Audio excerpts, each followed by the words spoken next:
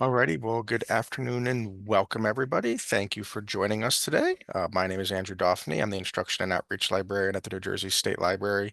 And it's my pleasure to welcome back Melissa Johnson, who has spoken previously on a variety of topics related to genealogy. And today, she's going to be addressing the topic of DNA evidence, how you can use analysis, correlation, and interpretation of DNA evidence to inform your own genealogical journey and some of the questions that may arise from it.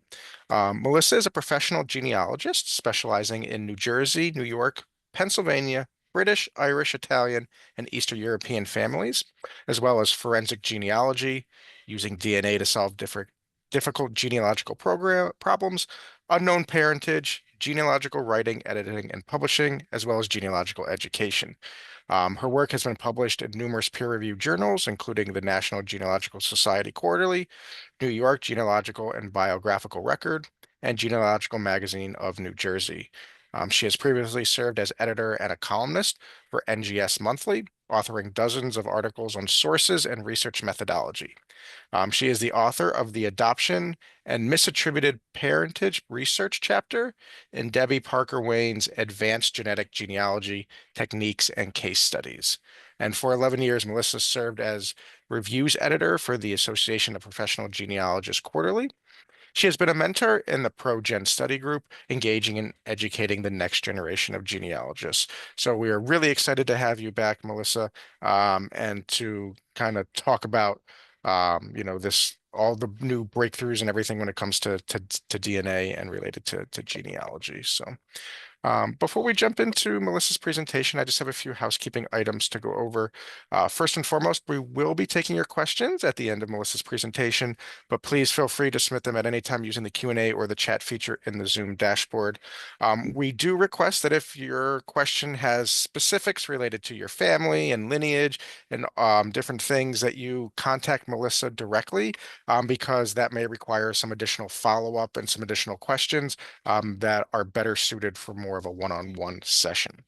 Um, Melissa has provided me with a handout that I will be uploading to the chat once we get underway.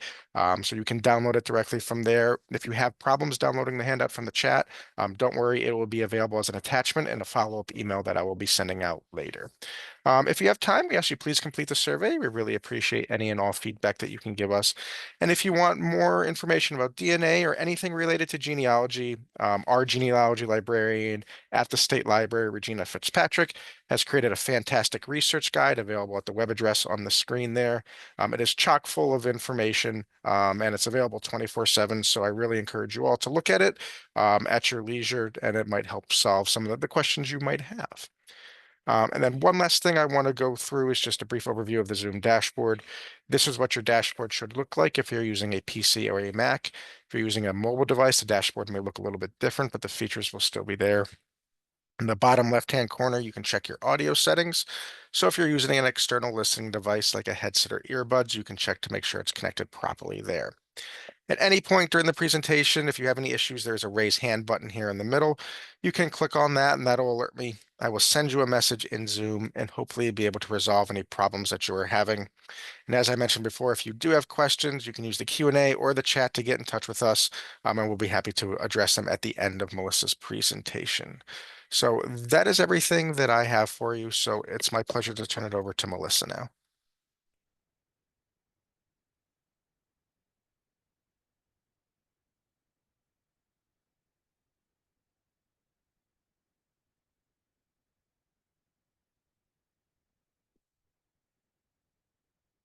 All right. I think you're muted, Melissa. I'm so sorry. Okay, there we go. We'll go back one. Today when we talk about DNA, we are going to talk about how we can use DNA test results as just another genealogical source. So very similar to the same way that you use information found in wills and deeds and vital records. DNA test results are another genealogical source, and in many cases, they can provide information or evidence that will not be available through that traditional paper trail, because DNA doesn't lie, but people do, and records often do. So how can DNA help us in our research? Number one, we can confirm those pedigrees that we have researched for all these years. So we've done documentary research, we have all this information down on paper, and we can confirm that that in fact is our biological line, if that's the kind of line we're tracing. We may also be able to use DNA to help confirm, along with a body of other documentary evidence, any hypothesized relationships, maybe those relationships that you can't fully prove with a paper trail, but you can make an indirect evidence argument using documentary sources and DNA. We can also confirm, disprove, or test different theories about maybe who that third great grandmother's father might be when you don't know the answer to that. DNA may be able to disprove that it was so and so's neighbor. We might be able to get additional evidence that helps us to break through those long standing brick walls as well. So DNA can often send us looking at matches that we never would have known existed if we hadn't taken a DNA test, and that may help us to take a different route with our research on a brick wall problem. DNA also is very often used for unknown parentage. If you have anyone in your family who maybe is an adoptee or has an unknown father, DNA can help to provide evidence figuring out who that unknown parent is and building on their tree. And many people often use it to connect with living cousins. I've connected with many people who have wound up in my DNA match list that maybe knew my father when he was younger, but lost touch with him over the years. And people who knew my family, the families knew each other long ago. They had pictures, they had diaries, they had Bibles. So there's lots of different ways that DNA can help you with your research. There are several different types of DNA testing. The main one we're going to talk about today is autosomal, but we are going to briefly go over Y-DNA and mitochondrial DNA as well. So when we talk about Y-DNA is passed down from fathers to sons. So it's only males. And it changes very little from generation to generation. So what that means is that DNA matches, when you take a Y-DNA test, you won't really be able to tell the difference if that match is your brother, your uncle, your first cousin, or if it's a ninth cousin, because the test tests just the Y chromosome, and that Y chromosome doesn't change much unless there are mutations, which we'll talk about in a second. It will be very difficult to figure out an exact relationship from Y-DNA testing. So there are small changes in markers that take place as the DNA is passed from generation to generation. And when you do have one of those changes, they can help identify family groups. So for example, a change took place in one brother out of four, and that change will carry on to that brother's descendants, but it won't carry on to the other brother's descendants. So that can help to identify and sort family groups. So when you're looking at match lists, you will see that you are listed with your matches are listed by genetic distance. So genetic distance, that means how many differences in the Y-DNA are there between you and that person. And generally, the higher the genetic distance, the farther away that relationship likely is, because there were more opportunities for there to be one of those changes that we just talked about. So the match lists do identify your matches in terms of genetic distance. So what is a close enough match? This is a question that many people have different opinions on. Most people will tell you that you might be able to trace within a genealogical time frame matches that are at a distance of 0 to 3. However, I have seen matches at a 4 or a 5 that I know I have a common ancestor with that person. So just making sure that you're not discounting any matches, but also that you're not looking so far hard for something that you may not find within a genealogical time frame. So how do you use Y-DNA? Y-DNA provides clues. Remember, the DNA changes very little, so you can't really distinguish men from within the same family unless you do a really in-depth analysis of those changes that have taken place and you have a good body of test takers. Typically, you need additional genealogical research and maybe even additional autosomal DNA testing to really draw conclusions from using Y-DNA. But it is good for answering a specific question. For example, if you have two candidates for someone's father, Y-DNA might be able to help you determine which one is the right one if you have other Y-DNA samples from other children of those two candidates. But what it's not good for is what I'll call fishing. So when we take an autosomal DNA test, we can go to our matches and we find all kinds of good stuff. Y-DNA is not the same in that sense. It's probably not something that you're going to go in and find, something really interesting. The only time that I typically will use it for what I'll call fishing is if I have a male adoptee who's trying to find a father, and we have a sense of maybe a few people, and we might be able to get a sense of a surname from Y-DNA testing. So mitochondrial DNA testing is similar in some ways to Y-DNA. Of course, it's different because it tests the mitochondria. So the mitochondria is passed down from a woman to all of her children, both male and female. So males have mitochondrial DNA, and males can take mitochondrial DNA tests, but they don't pass it on to their children. Their children get their mitochondrial DNA from that male's partner, their mothers. But like Y-DNA, mitochondrial DNA does change very little from generation to generation.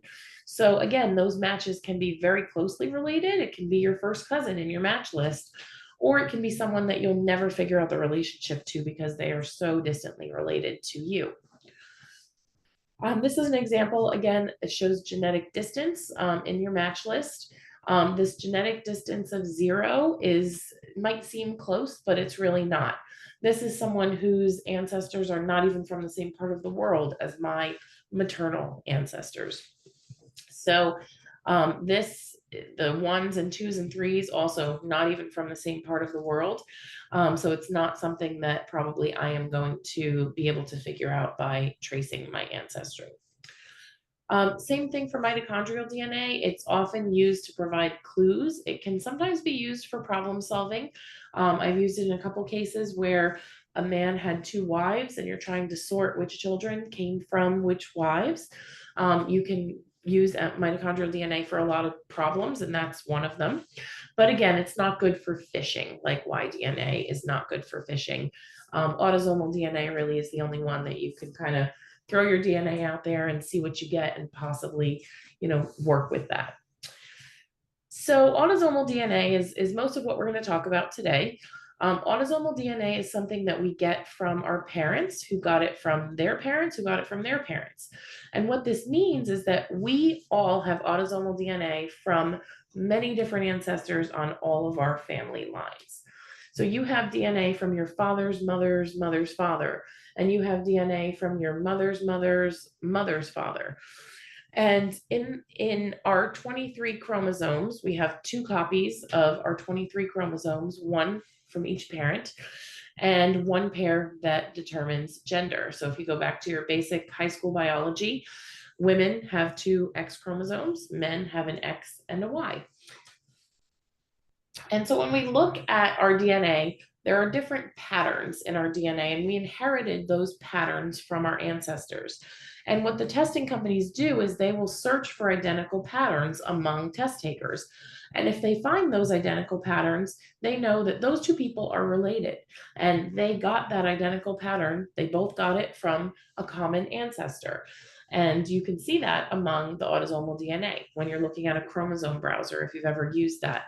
You can see exactly where on your chromosomes you match with your second cousin Jody, and you know that you guys got that identical pattern in both of your DNA from a common ancestor that you share.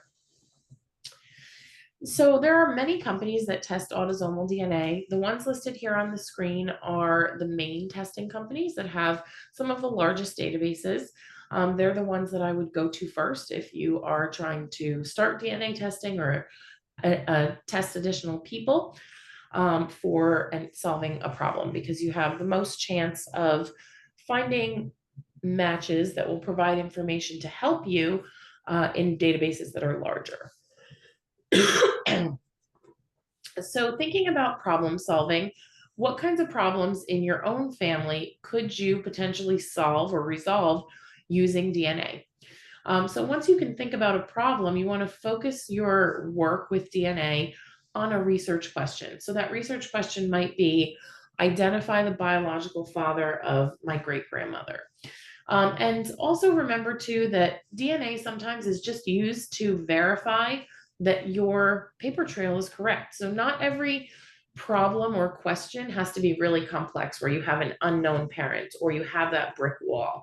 Sometimes you're just trying to verify, oh, well, is my grandpa's father really the guy that I think it is that's in the paper trail? And many people I encourage to kind of learn how to use DNA by using this exercise. They go through their whole tree and they find that something doesn't add up. So when you think about how you might use DNA, you might use it to add to a really strong body of documentary evidence that you're using to make an argument about someone's parentage. Or you might use it for something smaller. And the amount of evidence that you need really depends on how close your DNA matches are and what other evidence you have, your documentary evidence, and how strong it is. But overall, DNA is excellent to use as a tool to, like I mentioned, fishing. Sometimes you can use it as a clue. So you may not be solving a specific problem. You may be just logging into your aunt's test results, and you might find a clue in there that leads to, oh, why does my aunt have a DNA match to her grandmother's neighbor's kids or neighbor's descendants? And that might be a clue that sends you off on a search that results in you finding something you never knew. So we're going to talk about some key methodologies for how you can solve problems using DNA. Some of the most commonly used methodologies are using shared matches or in common with matches, and looking at how many centimorgans you share with a person and evaluating that in the context of who the match is or who the match may be. We're also going to talk about targeted testing using xDNA analysis, which is sort of a specialized technique that can be used in certain instances. How we might utilize Y chromosome and mitochondrial DNA alongside autosomal DNA, and then looking at ethnicity estimates that might be helpful in some cases. So first we're going to talk about in common with or shared match analysis. All of the companies call this something a little bit different. Generally, you're looking for a term that's shared or in common matches, but each company does call it something a little different. But what it does is it generates a list of DNA matches that you share with another DNA match. So I'm going to show you a couple examples. If I run a shared match analysis between me and my first cousin, Erin, that's not going to be super helpful. All it's going to do is basically show me that these matches are on my maternal side. So Erin is my first cousin. Her mom and my mom are sisters. So any matches I share with Erin are basically on my mom's side, barring any, strange situations or anything like that.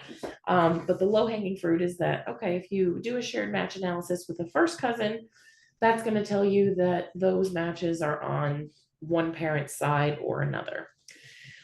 Doing a shared match analysis with other relatives can be more helpful. The farther back you go, the more you're able to narrow down and pinpoint where those shared matches came from. So here we just have me and Erin. The only thing I can take from this is that those matches are not on my dad's side. They are on my mom's side, but they could be matches related to my grandfather, Andrew, or to my grandmother, Sophie. We can't tell the difference because Erin has DNA from Andrew and Sophie, just like I do. So if I go and do a shared match analysis with a second cousin, that actually is much more helpful.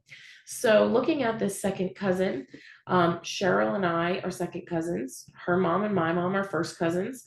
Her grandmother and my grandmother were sisters. So if I look at my shared match list with Cheryl, that's telling me a lot more. So these matches that I share with Cheryl, what can I tell from that? I know they're on my mom's side because Cheryl's on my mom's side. But even further than that, I can eliminate Andrew, my grandfather.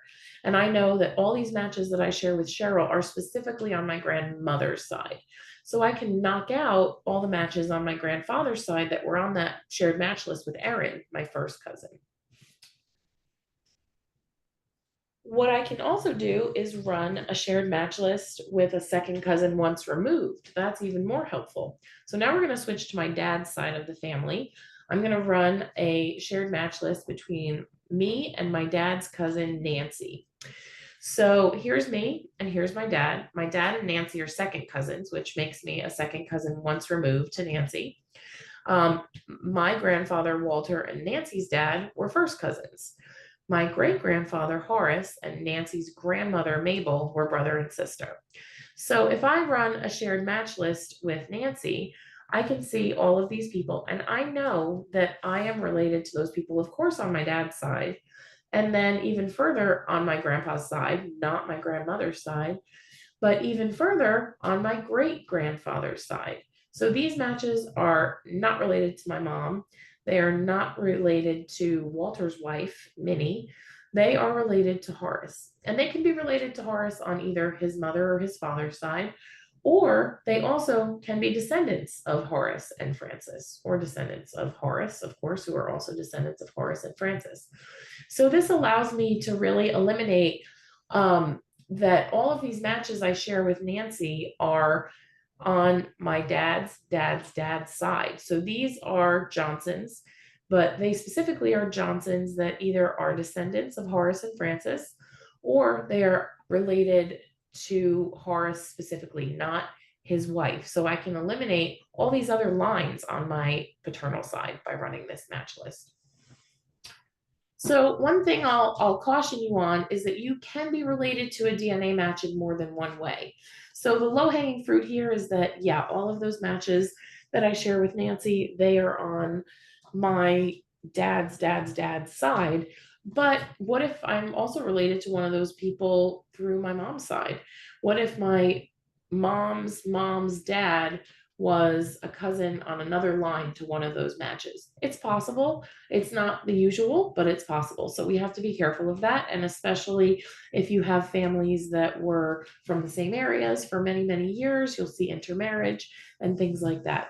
So if you're attributing your shared matches to a certain family line, you just have to make sure you do that with care. So we're going to look at a couple of case studies and look at how DNA can help you in different ways. So our background here is that Margaret Fennessy, maiden name unknown, she was born about 1830 in Ireland and she died in 1903 in New Jersey. There are no records that identify the names of her parents. We just know that she was born in Ireland and we know her married name. So we do have records for her two daughters who lived in New Jersey, but they have a couple different maiden surnames for Margaret among them.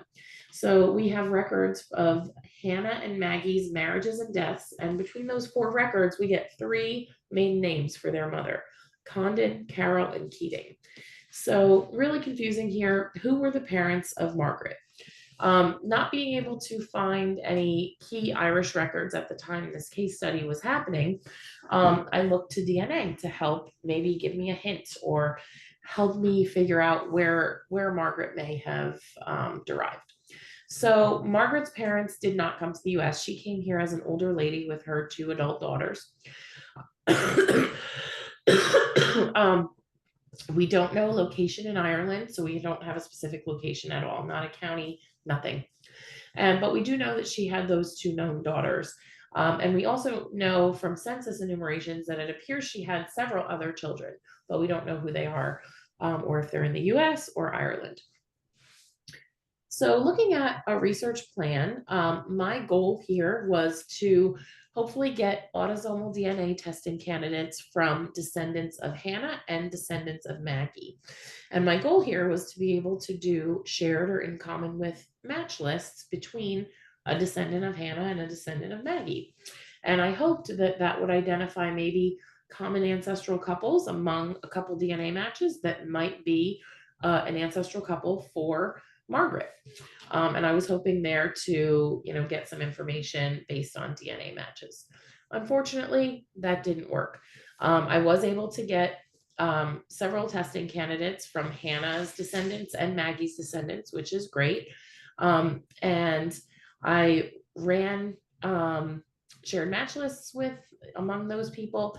There were no matches that had common ancestral couples among them that I could say, oh, well, maybe Margaret is also a descendant of one of those couples. I wasn't finding anything where the matches had common ancestors. However, there were three key DNA matches, Judy, William, and Ellen, and they are distant matches, which is what we're actually looking for here. They are not also descendants of Margaret and her husband. So we were looking for more distant matches. We don't want more descendants of Hannah and Maggie. We want to match with people outside of the descendant group of Margaret's children so that we can figure out where Margaret came from. Now, remember, any shared matches that Hannah's descendants and Maggie's descendants have, they can be attributed to Margaret, but they can also be attributed to their father, Dennis Fennessy, too. So, of those three key matches, two of them never responded. One responded, but only knew their grandparents' names. This was on 23andMe, so they appeared to have taken the test mostly for health information. So, they didn't really have an interest in genealogy. So one of them gave the grandparents' names, and I was able to make some progress from there. The other two I had to research on my own. And I focused in on Irish lines because Hannah and Maggie's parents were both Irish. So Ellen had only one Irish ancestral line through a great grandmother, and Judy had only one Irish ancestral line through a grandfather. So that's what I focused in on. That was the low hanging fruit. William had almost entirely Irish ancestry, so there was a lot to research there. So I tried to figure out, since I wasn't finding anything with matches and the trees that were on the website, maybe if I document their trees, I can find a common ancestral couple among the matches. Unfortunately, I did not. I also didn't find any common surnames among the matches. Maybe if all those three key matches had a certain surname in their tree, that would have been a clue for me to look for Margaret to possibly, be related to someone with that surname. Unfortunately, no common surnames among the matches.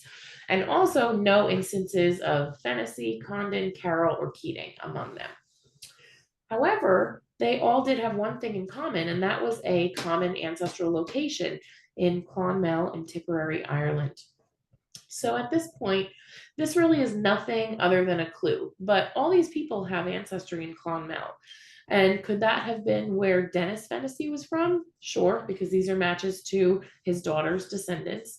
I don't know even at this point if this is Margaret's family, but it's likely that possibly Dennis and Margaret were from the same area of Ireland. So I went with this, and it's a clue. I went and looked at the area that the DNA provided hints towards. So these were nothing more than hints to possible locations based on the DNA matches ancestors where they were from. So all it did was provide locations to search. It doesn't prove that my family was from Clonmel. I need to do more legwork to do that. And that's what I did. And I was able to find that Margaret was a Margaret Condon. And she and Dennis were married in Clonmel. I found baptismal records for Maggie and Hannah there. These records are much easier to find today than they were when I did this prior to those nice Irish databases coming online. But before that, if you didn't know where to look, you were a little bit at more of a loss there. But I was able to find baptismal records for both girls as well as several other children, and those other children stayed in Ireland. And then I was able to do additional DNA tests of other descendants of Dennis and Margaret, and that even further confirmed the placement of all these individuals within the family. So taking a look at centimorgans. Centimorgans are important to look at and evaluate when you are looking at DNA test results. They are just as important as looking at shared matches and being able to group your matches into certain families. So shared centimorgans help to predict what your relationship is to your DNA match and what other DNA matches relationships are to each other. But this has to be used in context with other information. So if you have two individuals and they share a certain number of centimorgans, if they are sharing, say, 250 centimorgans, that could be a lot of different types of relationships.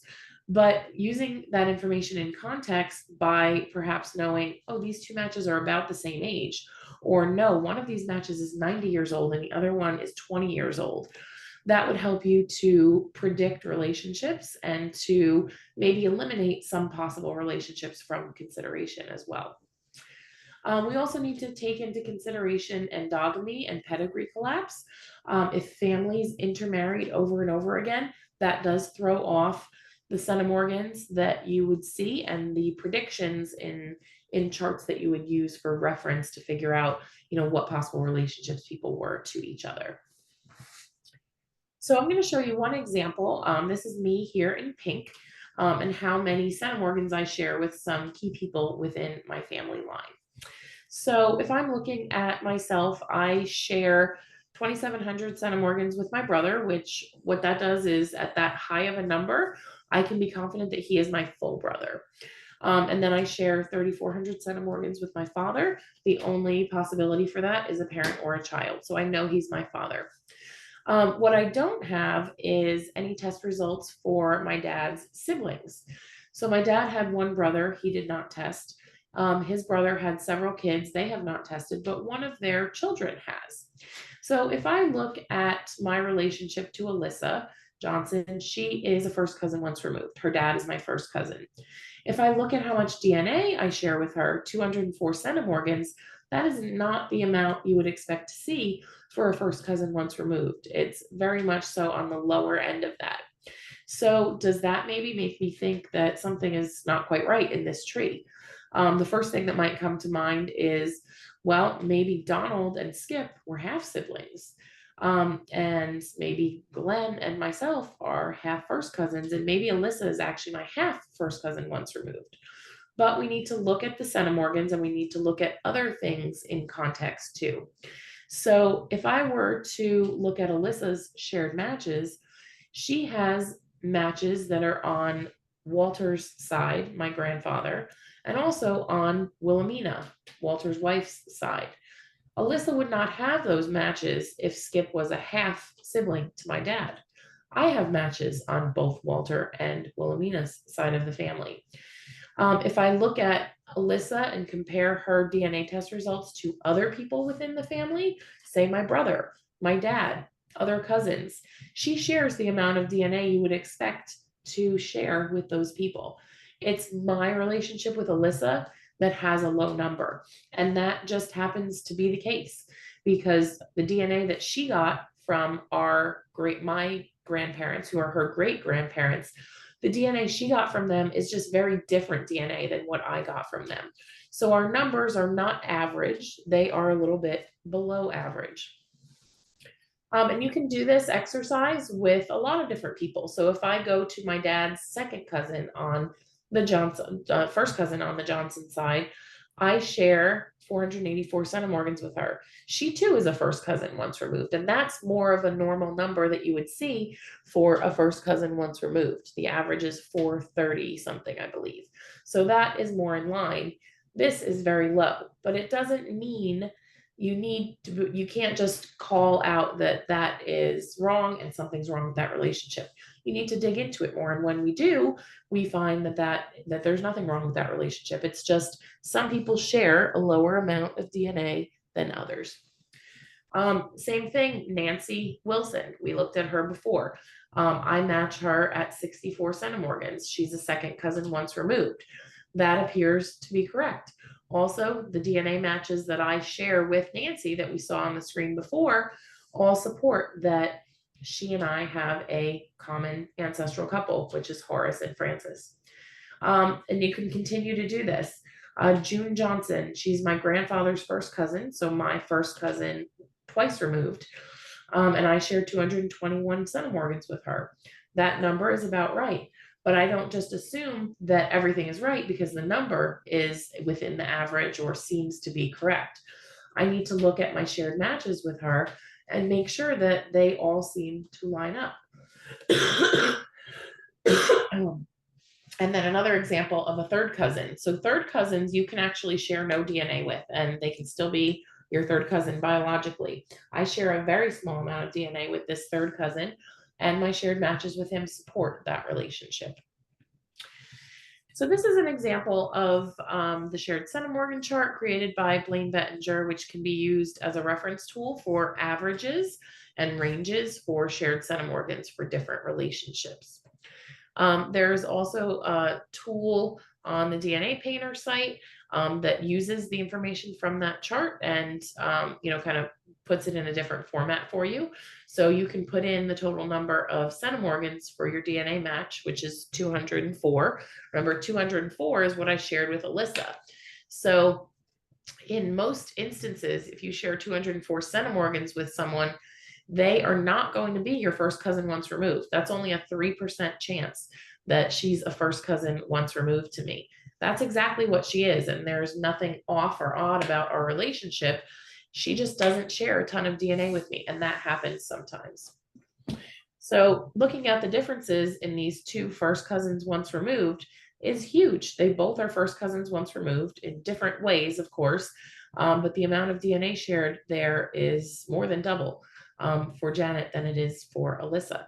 And it's just the DNA that Alyssa and I got from Walter and Wilhelmina, who's our most recent common ancestral couple, is just different. So looking at targeted testing, the DNA databases are huge now. They grow every day, but sometimes we need DNA of a person who's not in that database, and we might have to ask them for it. So we might need to do that to test a hypothesis, to get like a closer match, possibly to someone to rule out or pinpoint an exact relationship. So in some cases, we need a specific person's DNA in order to draw a conclusion or solve a problem. So in this case study, George is trying to figure out who his biological father is. He had already separated his DNA matches into groups based on shared matches.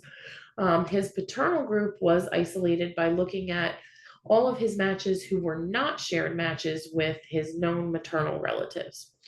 And so George is a DNA match to two people named Joe and Lynn. And based on those shared DNA matches, we can place George somewhere into their shared Westcott family line. So based on all of the DNA that George shares with Joe and Lynn, we can place him and try to figure out who his father is. So here is Joe and Lynn and how much DNA George shares with them. So he shares 403 centimorgans with Joe and 178 centimorgans with Lynn. So if we take George out of this equation here for a minute, we can see how Joe and Lynn relate to each other. Their common ancestral couple is Josiah Westcott and Hannah Tyler. And so Joe descends from George, who was their son, and Violet, who was their daughter, and Lynn descends from Arthur, who was their son. So Joe and Lynn are the same generation. So Arthur and Violet are siblings. Mildred and Helen are first cousins. Joe's parent and Lynn's parent are second cousins. So these two are third cousins to each other. So if we are looking at where George might fit in here, we know George and approximately when he was born. So we have a sense of at least a range of ages for where his father could fall. But we also have the shared centimorgans. So looking at the fact that George shares 403 centimorgans of DNA with Joe, a first cousin once removed shares about 439. So for George to be a first cousin once removed to Joe, he either has to be Joe's parents' cousin or he has to be Joe's cousin's child. So likely, given George's age, this is where he falls. And does this make sense with his relationship to Lynn? So his relationship to Lynn would be, if he fell here, a second cousin once removed, which is an average of 123 centimorgans. 178 is a bit higher than that, but this could still work. And this is one possibility. There are other possibilities for how you can match people at 403 and 178 centimorgans, but this is one way that George could potentially fit into this trait. Now, the battle that we have here is, so George's father would be one of Mildred's brothers. Does she only have one brother? Of course not. She has two. So how do we figure out which is George's father? Both of Mildred's brothers are deceased, but they had children and grandchildren. One of their children tested, and if you can even get one of Mildred's two siblings' children to test, one of them is going to show up as a half sibling, and one of them is going to show up as a first cousin. And it's very easy to differentiate between a first cousin and a half sibling when it comes to the amount of centimorgans that are there. So sometimes, like this case, one sample is sufficient. If the relative is close enough, and that relative that tested as a half sibling. So we knew exactly which of her brothers was George's father. In some families, circumstances might allow for many possibilities. So there might be multiple first cousins that you're testing, trying to figure out who a father is. There might be multiple siblings that you're testing. All right, the next thing we're going to look at is triangulation. So I'm going to show you this Murphy family chart. We're going to look at a case study with this, but first we're going to talk about triangulation and how that might work, and how in some cases it doesn't necessarily work either. But this targeted testing that we just talked about for George can also be done on a larger level. So we're going to talk about that a little bit more when we go in the Murphy case study. But the targeted testing for George's problem involved testing one person. This involves testing many people. Some of them are shown here. This involves DNA of 20, 30, 60 people at one point in time. So we'll take a look at this again later, but targeted testing can be small or it can be large, just like this. So triangulation is a tool that can be used. It is not always used, and as the databases get bigger and bigger, the need for it is less and less. But essentially what triangulation means is when you have 3 or more DNA matches that have an overlapping segment of DNA. So what does that mean? It means there's a segment of DNA that all 3 of those people, 3 or more, inherited from a common ancestor. So you have person A, person B, and person C. They all have the same segment of DNA on the same chromosome, and they all have to share that exact overlapping segment, and they all have to be DNA matches to each other. So what is not triangulation is when person A matches person B and person B matches person C, but person A and C do not match. They may all share what looks like an overlapping segment, but really person B here is the common denominator, and person B has a match on one side of their family to person A on that segment, and another match to person C on the other side of their family to that segment. That means person B relates to person A and person C, but they don't relate to each other. That is not triangulation. So an example here, this is not triangulation. So I ran a report here of the DNA test taker and 4 of their matches. I know they all say Melissa Johnson, that's for privacy reasons, but these are 4 different matches. So we'll call them blue, red, teal, and orange. So this person matches these 4 people in their match list, and I ran a report that shows where they match them on their chromosomes. So the person whose DNA this is matches teal person on chromosome 2 in this spot. They match red person in chromosome 3 on this spot, and orange person in chromosome 3, but on another spot. So this is not triangulation. There's no overlapping segments here.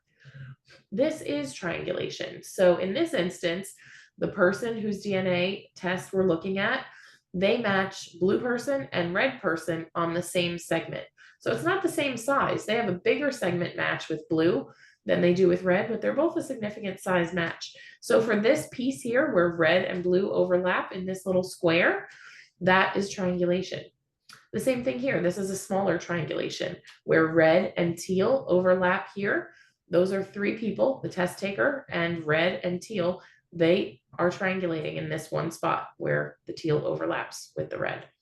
All of these other things here are not triangulation because there's no overlapping segments here. So I'll talk a little bit about triangulation and its use. It is not as frequent that matches will triangulate as it is that they will share DNA in different places. So as the size of the databases is increasing and as you have more matches to show in a sampling, the use of triangulation is not needed as much. You can use shared matching as a tool, and the more matches you have, of course, adds to your body of data or your body of evidence. But when you have triangulation, it is pretty rare, and often you can get some more information from matches who share in a lot of different places than you can from individuals who triangulate because the triangulation is so rare. There are definitely instances, though, where triangulation can help you to be more confident about a conclusion or can pinpoint something very specific that can be a really good point of evidence. So looking at xDNA, you can focus in on specific ancestral lines if you look at your xDNA. So what xDNA is your X chromosome. So remember, we talked about how women have two X's and men have an X and a Y. And so if you look at your X chromosome inheritance patterns, remember we talked about how men have an X chromosome, but they don't pass it on. So women have two X chromosomes. They pass on one X chromosome to their children. So looking at your xDNA, if we were to look at a female inheritance pattern, pretend that female in the pink circle is me. And all of these colored places are the ancestors where I got xDNA from, or I at least had the potential to get xDNA from. So that's me in the middle, and I got an X chromosome from my dad and an X chromosome from my mom, because I have two X's. So if I look at the blue, which is my dad, I got an X chromosome from him, but the only place he could have gotten that X chromosome was from his mom, my paternal grandmother. So basically, what that means is that any xDNA that I have from my dad's side, it only came from my grandmother. Nothing came from my grandfather because my grandfather didn't pass an X on to my dad. He passed a Y. So if I share xDNA with a person, I can be confident that I am not related to that person on my grandfather's line, my paternal grandfather's line, because I couldn't have gotten xDNA from anyone I'm related to on that line. Now, just like anything else, you can be related to people on more than one line, so you have to be careful when drawing these conclusions, but that's the basic premise of this chart. And if you continue to go up, you'll find that basically the rule of thumb is there will never be two males in a row. Because males don't pass on xDNA to their sons. They only pass it on to they only pass on the Y to their sons. So looking at this even further, my X chromosome that I got from my mother, that could have come from my grandfather or my grandmother, and a combination of the two. So I got an X chromosome from my mom, but remember, she has two X chromosomes, one from her mom, one from her dad. So what she passed on to me could be from either. So if I have xDNA, I can attribute it to three of my four grandparents. Y chromosome DNA and mitochondrial DNA, we'll talk a little bit about what's called anchoring, and basically utilizing Y and mitochondrial DNA as sort of another piece of evidence to test theories or to support the conclusions that you've made from autosomal DNA. And it might be something that's helpful. You have a lot of documentary evidence, you have a lot of autosomal DNA, but maybe a Y chromosome test could only help add to your argument. And you might be able to add additional evidence by adding that to a body of existing documentary and genetic evidence. So the last case study that we're going to look at here uses DNA to support a documentary source argument and bolster that argument. So this was a case that I researched years ago prior to DNA becoming popular. And I think I had a good indirect evidence argument just based on documentary sources, but you can see here how DNA only strengthens that and helps to support it. So our question here is, who were the parents of William Murphy, who was born about 1800 in England and who died in 1851 in Newark? So what do we know about William? He and his wife Mary left behind very few records in New Jersey. They weren't here for too long, but none of those records identify their parents or name a specific location in England where they were born or where they were from. So what we do know about the couple is they had 8 children. Some of them arrived in the U.S. between 1828 and 1830. So at least, some of the family was there because the daughter, Martha, was born in Newark in 1830, but the youngest daughter born in England was born there in 1828. So we don't know if they all came together. Some of them came separately, but we do know that their general arrival is 1828 to 1830. And we are confident that William and Mary were born in England, not in Ireland. When you hear the name Murphy, most people think Ireland, but most sources are specific to England related to this family. So, what do we know about William? He was a shoemaker. He and his family were Methodists for many years. That's supported by their obituaries and all of their children being married in Methodist church. Methodism in Newark at this time was not the most common religion. There were only 2 churches during the time period that they lived there, and they were very small. We also know that Mary's maiden name was either Owen or Owens. In 1835, the city directory lists William as a shoemaker at 6 New Street. And this is the source that sort of started all of this research, because also at that same address is another Murphy that is not part of William's immediate family, and that's Henry Wilson Murphy, who's also a shoemaker. So, looking at Henry Wilson Murphy, he has that unique Wilson name that he tends to use often, but he was born about 1802 in England. So, same place, same general time frame as William. He came to Newark in 1832. Again, same general time frame. And his wife was Jane, and he had 2 sons, Henry and William, who were born in England and came to the US. And we do have a passenger list for them, unlike William, which we don't have one for. Henry was also a shoemaker. He and his family attended the Methodist church, and he was actually even employed there as a sexton of their cemetery.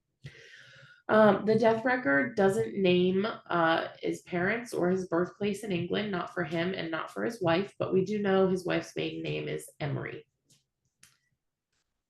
So Henry Wilson Murphy can be found in England through his unique middle name. He was baptized in 1802 in Lambeth, and his parents are named as James and Susanna Murphy. He was married in 1822 to Jane Emery in London. So Jane and Henry had several children born in Reading. We know about William and Henry, the children that survived and that were on the passenger list and came to the US, but they also had several other children who were baptized in the Methodist Church and who died as infants.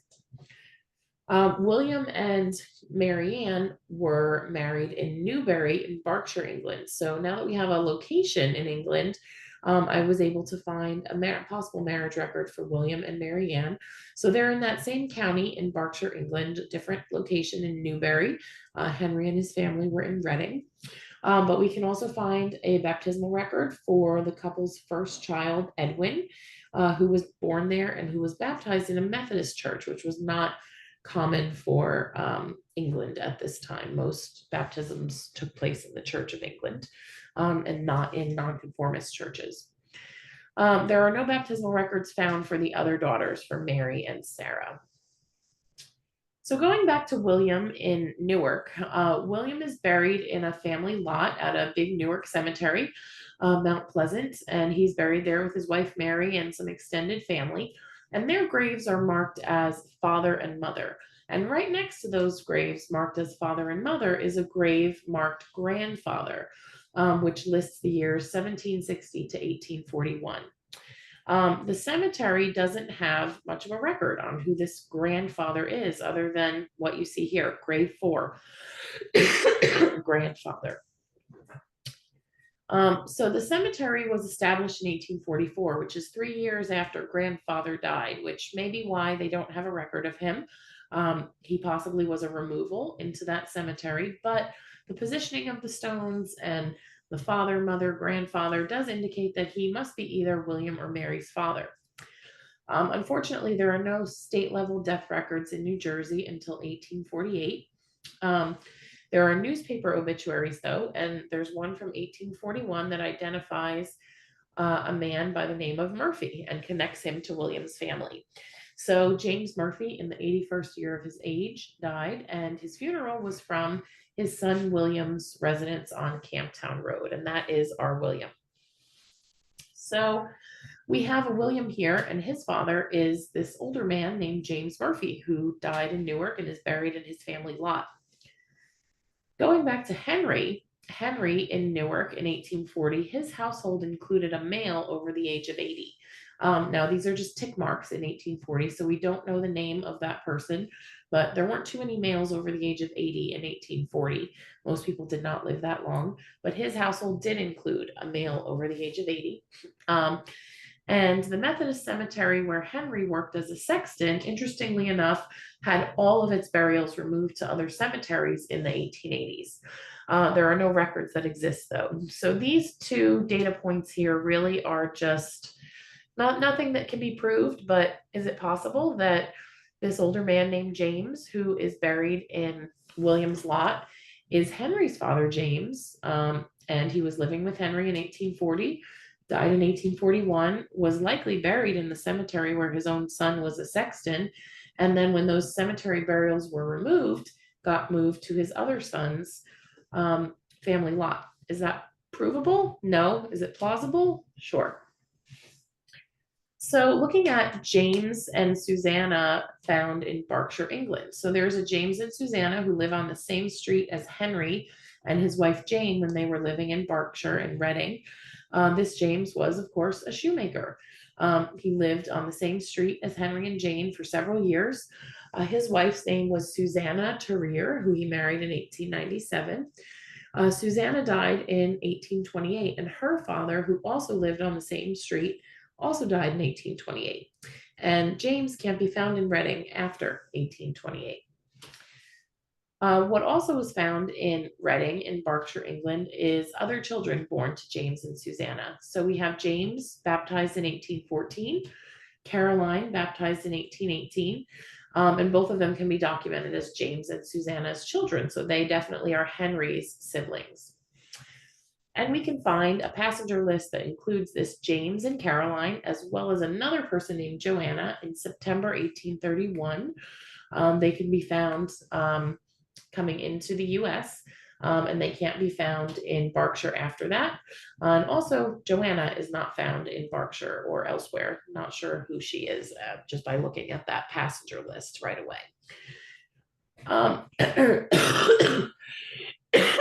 So looking at Caroline, Caroline can be found as an adult living in the same dwelling but a different household as her brother Henry in 1850 in Newark. And she also connects to William. So Caroline's son lived just 3 households down from William's daughter Frances in 1870.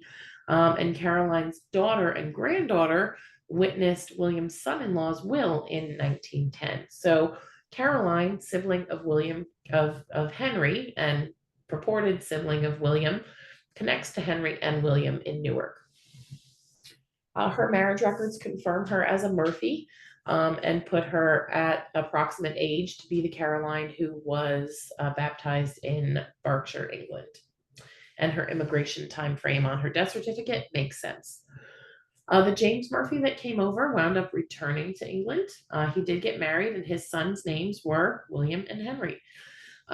He left records behind that don't name his parents, but evidence suggests, based on his birth year and based on census enumerations, that he was the James baptized in Reading, based on the fact that there are no other James Murphys in Reading during that time period.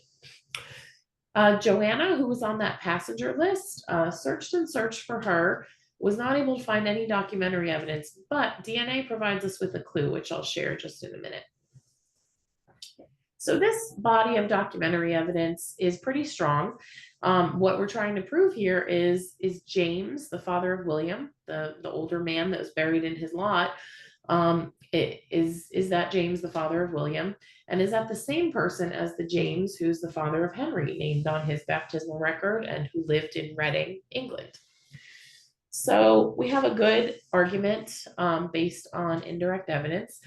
And we have DNA now that we can use. So I started this project with five, William had five children who have living descendants, and Henry had four children who had living descendants. So my targeted testing focused on getting at least one candidate from each of those children of William and Henry.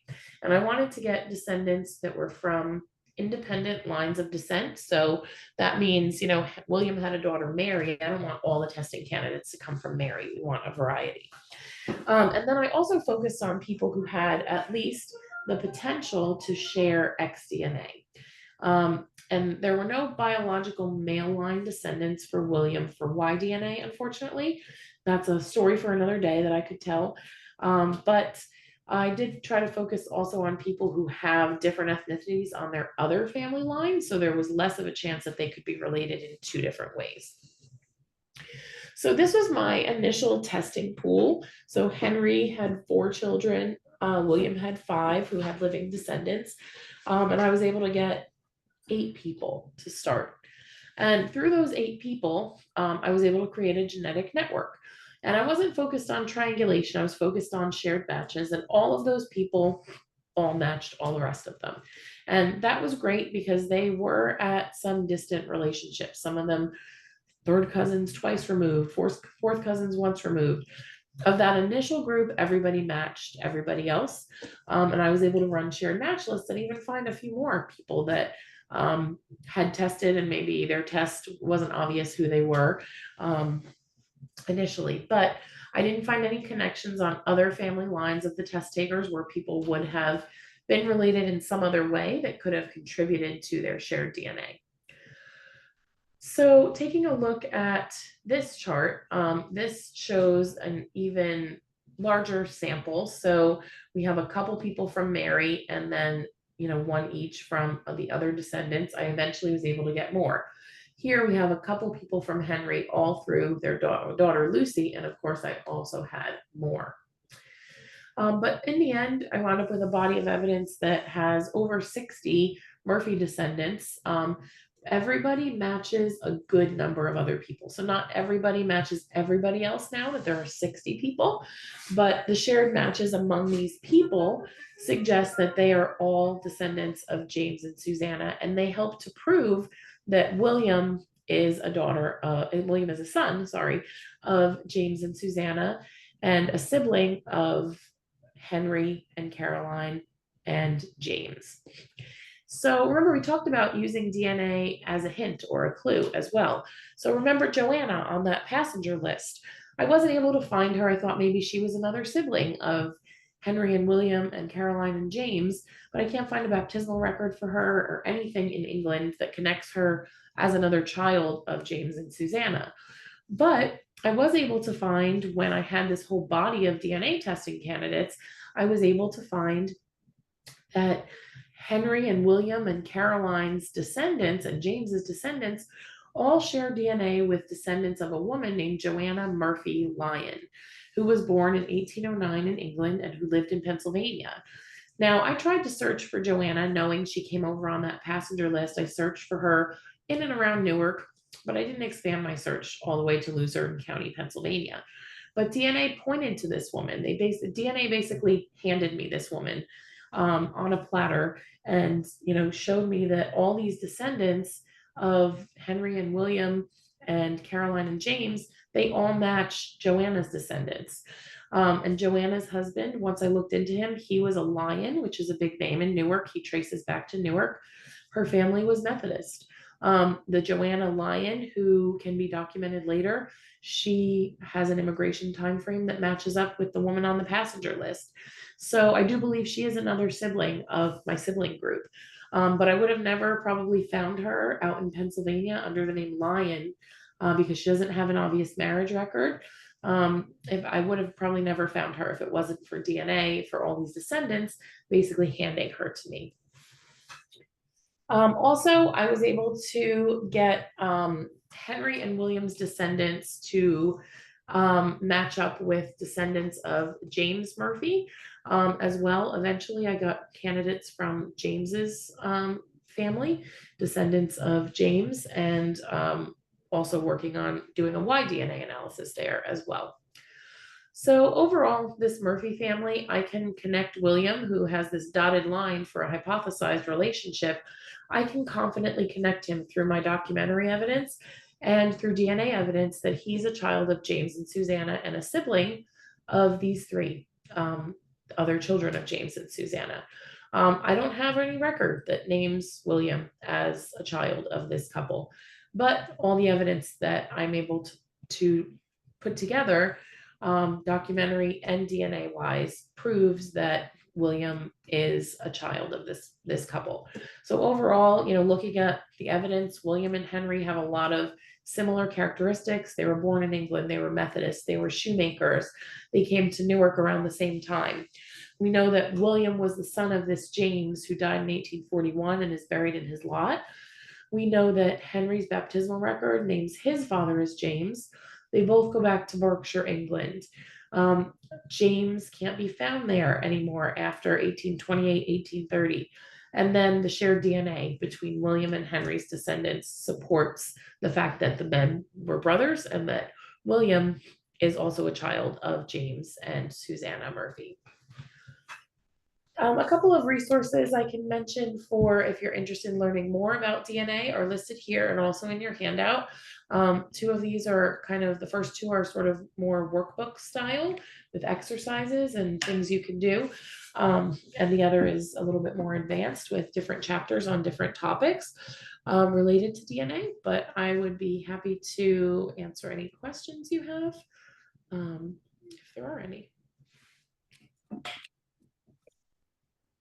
Thank you so much, Louise, for another fantastic presentation.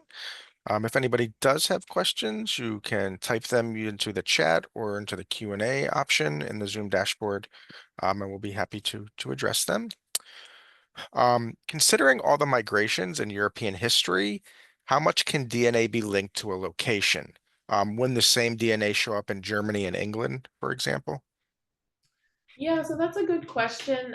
So really, you're looking at the people that are traceable within what we call a genealogical time frame. So, over years, many people large groups of people migrated from one part of the world to the next. And, the ethnicity estimates are imperfect.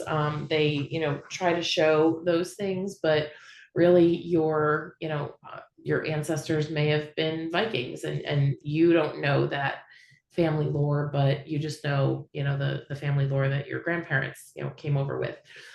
So the ethnicity estimates are one thing, but I don't look at ethnicity estimates too much. I will look at them if there's something that's like, you're researching someone whose family is English and Irish, and then you have something in there that looks off. I'll take a look at it, but I would focus more on the evidence you can get by looking at your matches, looking at your shared matches and looking at shared centimorgans than I would on ethnicity estimates. What is an expected number you would see for a first cousin? I think 439 was the average for first cousin once removed. Yeah, so a first cousin is generally like in the 900-ish range. So it can definitely vary. If you look at the chart, let me pull up this is an older chart. Sometimes it's 1,000, sometimes it's 1,100. But the here's the so if you look at one of the charts cites 866 for a first cousin, with a range of 396 to 1397. Generally, most of the numbers I see are 800, 900, 1,000, somewhere around there for a first cousin. How often can siblings find that even though they both have the same parents, there's a slight difference? For example, let's say one is 100% Irish. Can the other sibling have 2% Spanish and 98% Irish?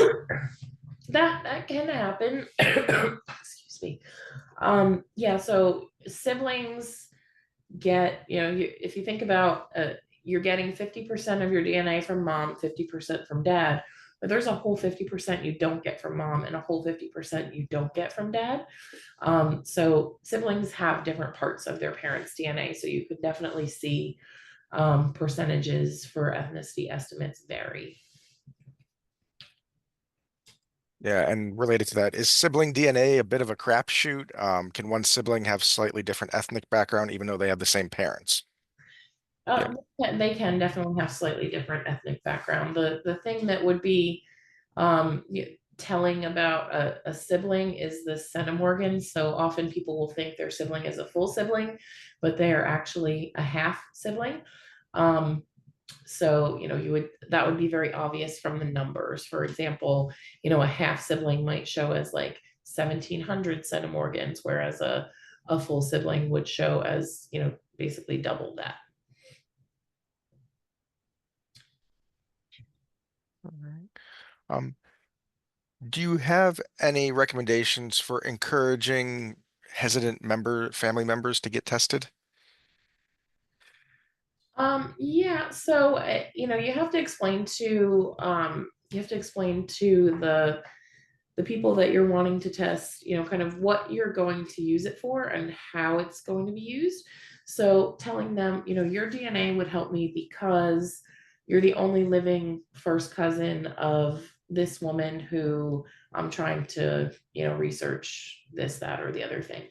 And then also telling them sometimes people find like are reassured to find out that you can put their DNA in a database, like, and it doesn't have to reveal their full name to the public or to the other people in the database. So how you might be able to help privatize them can sometimes be helpful in encouraging people to participate.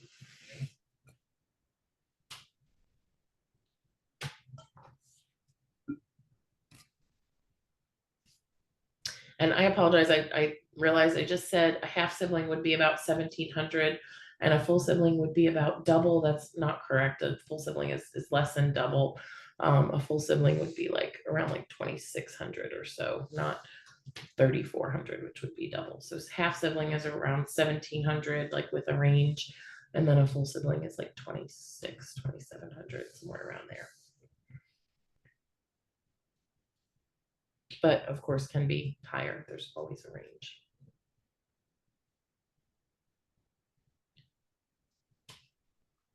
Um, I don't see any other questions coming in, but I can give it a minute or two. Anything you kind of want to recap with or tip, tricks, or cautions about all of this? Sure. So, I mean, I would say, the same way that you carefully evaluate documentary evidence, you want to carefully evaluate genetic evidence as well. So, if we're using it as a just another genealogical resource, we use it in the same way. We cite it, we analyze and correlate and figure out what it means, and we have to look at it in context with all the other evidence that you have, both documentary and other genetic evidence. So, that would be my final words, I guess, would be to encourage that careful analysis.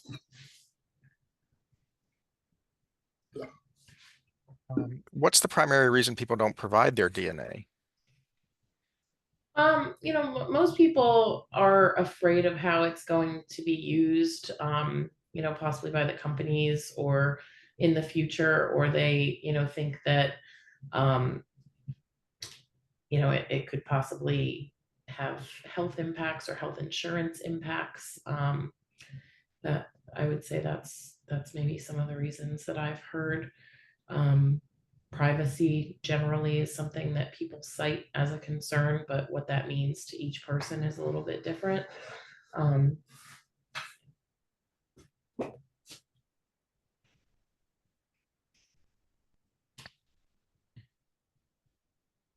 Alrighty. I don't see anything else there, so I think we can go ahead and end the program. I'm just going to post your email into the chat so that if anybody wants to reach out to you directly, they can if they have questions or want some more information. Um, So please feel free to reach out to Melissa directly. I'd just like to thank Melissa again for returning. It's always great to have you. We really appreciate everything that you do for not only the library, but the greater genealogy community. And everybody for attending today, thank you as well for making our programming worthwhile.